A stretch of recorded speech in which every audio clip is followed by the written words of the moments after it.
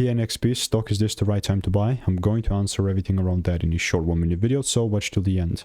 Looking at Tonix Pharmaceuticals, I see a $12.40 price, in which overall like a pretty awful bearish price action.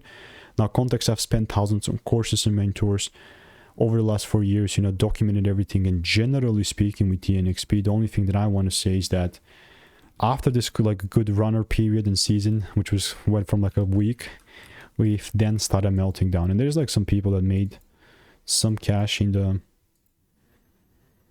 you know, for example, this guy caught the move, but generally speaking right now, as I'm just observing TNXP stock, the likelihood of this thing continuing to come down for me is just feral, you know, like I genuinely am seeing this thing continuing to come down, and it's only really going to prove me otherwise if the price starts breaking above 18 cents.